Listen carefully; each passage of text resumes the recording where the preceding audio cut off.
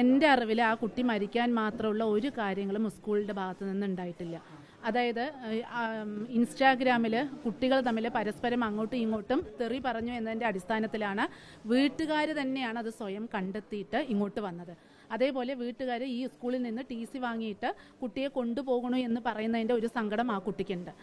അതേപോലെ തന്നെ ആ കുട്ടി ഞങ്ങൾ ആ വീട്ടിൽ അന്ന് ചൊവ്വാഴ്ച ക്ലാസ് ടീച്ചർ എന്തുകൊണ്ടാണ് ഇൻസ്റ്റാഗ്രാമിൽ നിങ്ങൾ ഇങ്ങനെ കളിച്ചത്, അങ്ങനെ കളിച്ചു കഴിഞ്ഞാൽ അത് വലിയ അപകടമാണ്, കാരണം നമ്മുടെ സൈബർ വേൾഡ് എന്ന് പറയുന്നത് നമ്മുടെ ഫോണിലൂടെ IPയിൽ വരുന്ന എല്ലാ കാര്യങ്ങളും റെക്കോർഡാണ്, നിങ്ങൾ അങ്ങനെ കളിക്കാൻ പാടില്ല, അങ്ങനെ കളിച്ചു കഴിഞ്ഞാൽ നമുക്ക് ഫൈന് കാര്യങ്ങളൊക്കെ വരും, അങ്ങനെയുള്ള സിറ്റുവേഷൻസിലൂടെ നമ്മുടെ കുട്ടികൾ കടന്നു പോകരുത് എന്ന് ഗ്രൂപ്പായിട്ടാണ് ആ കുട്ടികൾ തെറ്റ് ചെയ്തത്. അപ്പോൾ ക്ലാസ്സിൽ ടീച്ചർ ആസ് യൂഷ്വൽ ഒരു അധ്യാപിക പറയേണ്ട ഒരു ധർമ്മമാണ് അവിടെ ചെയ്തിട്ടുണ്ടായിരുന്നത്.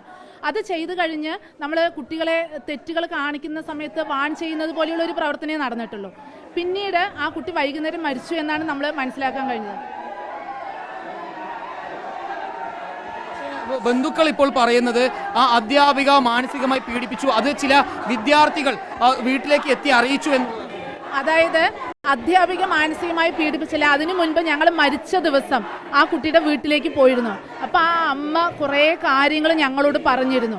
ഈ കുട്ടിക്ക് കൗൺസിലിങ്, അമ്മയ്ക്കും കുട്ടിക്കും കൗൺസിലിങ്ങിനായിട്ട് ഡേറ്റ് ഫിക്സ് ചെയ്തിരിക്കുകയാണ് ടീച്ചറെ.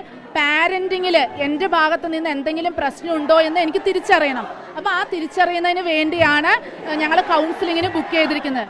ഈ കുട്ടി ഇടയ്ക്കിടയ്ക്ക് വാതിലടച്ച് ഇങ്ങനെ ഭീഷണിപ്പെടുത്താറുണ്ട്. അർജുൻ വീട്ടുകാർ പറഞ്ഞാണ്, ഞാൻ പറഞ്ഞ കാര്യമല്ല. അന്ന് മരിച്ചു കിടക്കുന്ന സമയത്ത് ആ സ്ത്രീ പറഞ്ഞു കരയുന്ന കാര്യങ്ങളാണ്. വാതിലടച്ച് ഭീഷണിപ്പെടുത്താറുണ്ട്. ഞാൻ അതുപോലെയാണെന്നാണ് വിചാരിച്ചത്. പക്ഷെ വാതിൽ തുറന്ന് നോക്കുമ്പോഴേക്കും അവൻ സൂയിസൈഡ് ചെയ്തിരിക്കുകയാണെന്നാണ് പറഞ്ഞത്. കൗൺസിലിംഗ് ആ കുട്ടിയുടെ സ്വഭാവം അവൻ എപ്പോഴും ഗ്ലൂമി ആയിട്ടാണ് കാണുന്നത്.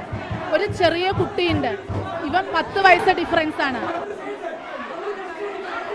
ആ 10 വയസ്സ് ഡിഫറൻസിൽ അമ്മയ്ക്ക് സ്നേഹമില്ല എന്നൊക്കെയുള്ള ഒരു കംപ്ലൈന്റ് അവന്റെ ഭാഗത്തുനിന്നുണ്ട്. അധ്യാപിക ഈ കുട്ടിക്ക് സൈബർ കുറ്റപ്രകാരം സാധാരണ രീതിയിൽ നമ്മളിപ്പോൾ കുട്ടികൾ ഫോണിൽ കളിക്കുമ്പോൾ പറയുന്ന കാര്യം മാത്രമാണ് അധ്യാപിക അവിടെ ചെയ്തിരിക്കുന്നത്. അതിനെ വളച്ചൊടിച്ച് ഈ രീതിയിലേക്ക് ആക്കുകയാണെങ്കിൽ അത് തിങ്കളാഴ്ച രക്ഷിതാക്കൾ വന്ന് കാര്യങ്ങൾ സംസാരിച്ച് പരിഹരിച്ചൊരു പ്രശ്നം ചൊവ്വാഴ്ച വീണ്ടും ക്ലാസ് ടീച്ചർ എത്തി അത് വളരെ ഗൗരവത്തോടെ കണ്ട് പിന്നീട് ഈ കുട്ടികളെ വളരെ ബുദ്ധിമുട്ടിക്കുന്ന രീതിയിൽ മാനസികമായി വാക്കുകൾ പറഞ്ഞു എന്നുള്ളതാണ്. അതെന്താന്ന് വെച്ചാൽ ക്ലാസ്സിൽ ഒരു ഗ്രൂപ്പ് കുട്ടികളാണ് ചെയ്തിരിക്കുന്നത്. അപ്പോൾ എല്ലാ കുട്ടികൾക്കും അതിനെക്കുറിച്ചൊരു ബോധ്യം ഉണ്ടാവുന്നതിന് വേണ്ടിയിട്ടാണ് ക്ലാസ് ടീച്ചർ ഗ്രൂപ്പായിട്ട് അങ്ങനെ പറഞ്ഞത്. ക്ലാസ്സിൽ അല്ല, സൈബർ സെല്ലിൽ പരാതി കൊടുക്കുമെന്നല്ല പറയുന്നത്. നിങ്ങൾ ചെയ്യുന്ന ഓരോ പ്രവൃത്തിയും സൈബർ വേൾഡ് അത് റെക്കോർഡ് ചെയ്യുന്നുണ്ട്. അപ്പൊ നിങ്ങൾ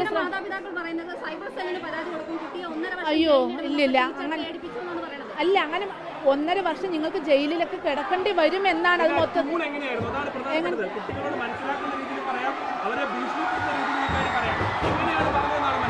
അല്ല, അത് ഞാൻ ദൃക്സാക്ഷിയല്ല. അവിടെ ക്ലാസ് ടീച്ചർ മാത്രമായിരുന്നു അവിടെ ഉണ്ടായിരുന്നത്. ക്ലാസ് ടീച്ചറാണ് കുട്ടികളോട് നേരിട്ട് സംസാരിച്ചത്. അത് സാധാരണ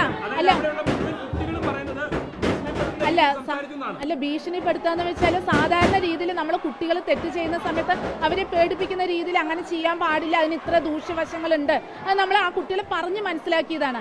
അന്നത്തെ ദിവസം തന്നെ കുട്ടി ആത്മഹത്യ ചെയ്തപ്പോൾ കുട്ടികൾ വിചാരിച്ചിരിക്കുന്നത് ഈ ഒരു കാരണം കൊണ്ടാണെന്നാണ്. പക്ഷെ അവന് വേറെയും കുറേ പ്രശ്നങ്ങൾ വീട്ടിലുണ്ടായിരുന്നു. അവൻ്റെ അമ്മാവൻ തല്ലി, അങ്ങനെയൊക്കെയുള്ള കുറേ പ്രശ്നങ്ങൾ വീട്ടിലുണ്ടായിരുന്നു. ഈ ഇൻസ്റ്റാഗ്രാമിൽ കളിച്ചതടക്കം ഞങ്ങളല്ല കണ്ടുപിടിച്ചത്, വീട്ടുകാരാണ് കണ്ടുപിടിച്ചത്. ഉണ്ടായിരുന്നു, 100% ഉണ്ടായിരുന്നു, അതിൽ ഒരു സംശയമില്ല. അതൊന്നും വെളിച്ചത്ത് വന്നില്ല. അധ്യാപിക കുട്ടിയെ നന്നാക്കാൻ വേണ്ടി ഉപദേശിച്ച കാര്യം മാത്രമാണ് വളച്ചൊടിച്ച് ഈ രീതിയിലാക്കിയിരിക്കുന്നത്.